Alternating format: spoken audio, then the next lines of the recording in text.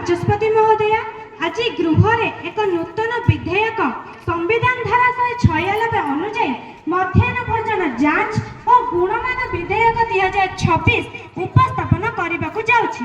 ପ୍ରସ୍ତାବନା, ଯେହେତୁ ବିଦ୍ୟାଳୟରେ ଅଧ୍ୟୟନରତ ଛାତ୍ରଛାତ୍ରୀଙ୍କ ସ୍ୱାସ୍ଥ୍ୟ, ପୋଷଣ ଓ ସୁରକ୍ଷା ନିମିତ୍ତ ମଧ୍ୟାହ୍ନ ଭୋଜନ ଯୋଜନା ଅତ୍ୟନ୍ତ ଗୁରୁତ୍ୱପୂର୍ଣ୍ଣ ଏବଂ ଯେହେତୁ ଏହି ଯୋଜନାରେ ଗୁଣମାନ, ସ୍ୱଚ୍ଛତା ଓ ନିୟମିତ ଯାଞ୍ଚ ଅଭାବ ଦେଖାଯାଉଛି, ସେହି ହେତୁ ଏହି ବିଧେୟକ ପ୍ରସ୍ତୁତ କରାଯାଉଛି।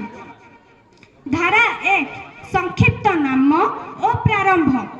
ଏହି ବିଧେୟକକୁ ମଧ୍ୟାହ୍ନ ଭୋଜନ ଯାଞ୍ଚ ଓ ଗୁଣମାନ ବିଧେୟକ 2026 ବୋଲି କୁହାଯିବ। ଏହା ରାଜ୍ୟର ସମସ୍ତ ସରକାରୀ ଓ ସହାୟତା ପ୍ରାପ୍ତ ବିଦ୍ୟାଳୟରେ ପ୍ରଯୁଜ୍ୟ ହେବ।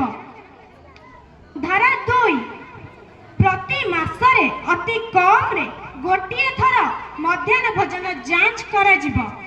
ଯାଞ୍ଚ କମିଟିରେ ଶିକ୍ଷକ, ଅଭିଭାବକ ଓ ସ୍ଥାନୀୟ ପ୍ରତିନିଧି ସମ୍ମିଳିତ ହେବେ। ଯାଞ୍ଚ ରିପୋର୍ଟ ଲିଖିତ ଭାବେ ଦାଖଲ କରାଯିବ।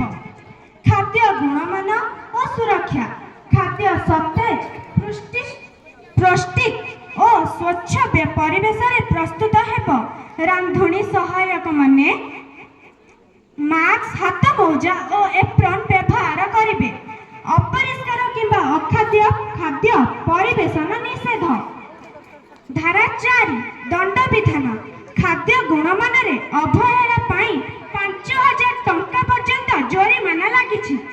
ପୁନରାବୃତ୍ତି ହେଲେ ସମ୍ପୃକ୍ତ ବ୍ୟକ୍ତିଙ୍କୁ କାର୍ଯ୍ୟରୁ ଅପସାରଣ। ଛାତ୍ରଛାତ୍ରୀଙ୍କ ସ୍ୱାସ୍ଥ୍ୟକୁ କ୍ଷତି ପହଞ୍ଚାଇଲେ କଠୋର ବିଭାଗୀୟ କାର୍ଯ୍ୟାନୁଷ୍ଠାନ। ଧାରା 5 କାର୍ଯ୍ୟାନ୍ୱୟନ। ଏହି ବିଧେୟକର କାର୍ଯ୍ୟାନ୍ୱୟନ ଶିକ୍ଷା ବିଭାଗ ଓ ସ୍ଥାନୀୟ ପ୍ରଶାସନ ଦ୍ୱାରା କରାଯିବ।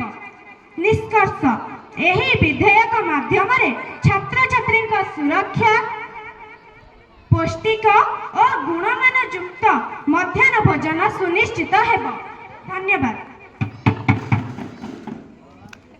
ଆପଣଙ୍କ ଜରିଆରେ ମୁଁ ମୋର ବକ୍ତବ୍ୟ ରଖିବାକୁ ଯାଉଛି ଯେ ମାନ୍ୟବର ମନ୍ତ୍ରୀ ମହୋଦୟ ଯେଉଁ ବିଲ୍ ପାଇଁ ପ୍ରସ୍ତାବନା ଦେଲେ ତାହାର କୌଣସି ଆବଶ୍ୟକତା ନାହିଁ, ଫଳରେ ଆମେ ତାକୁ ବିରୋଧ କରୁଅଛୁ। ଏହାପରେ ମୋର ପ୍ରଥମ ପ୍ରଶ୍ନ ରହିବ ଯେ ପୂର୍ବରୁ ମଧ୍ୟାହ୍ନ ଭୋଜନ ଯୋଜନା ପାଇଁ କେନ୍ଦ୍ର ଓ ରାଜ୍ୟ ସରକାରଙ୍କର ନିୟମ ରହିଛି, ତେବେ ଏହି ନୂତନ ବିଧେୟକ ଆଣିବାର ଆବଶ୍ୟକତା କ'ଣ? ମୋର ଦ୍ୱିତୀୟ ପ୍ରଶ୍ନ ରହିବ କି ଏହି ବିଧେୟକ କାର୍ଯ୍ୟକାରିତା ପାଇଁ ଆବଶ୍ୟକ ଅତିରିକ୍ତ ଅର୍ଥ କେଉଁଠାରୁ ଆସିବ? ଏହାର ବଜେଟ୍ ଆକଳନ କରାଯାଇଛି କି?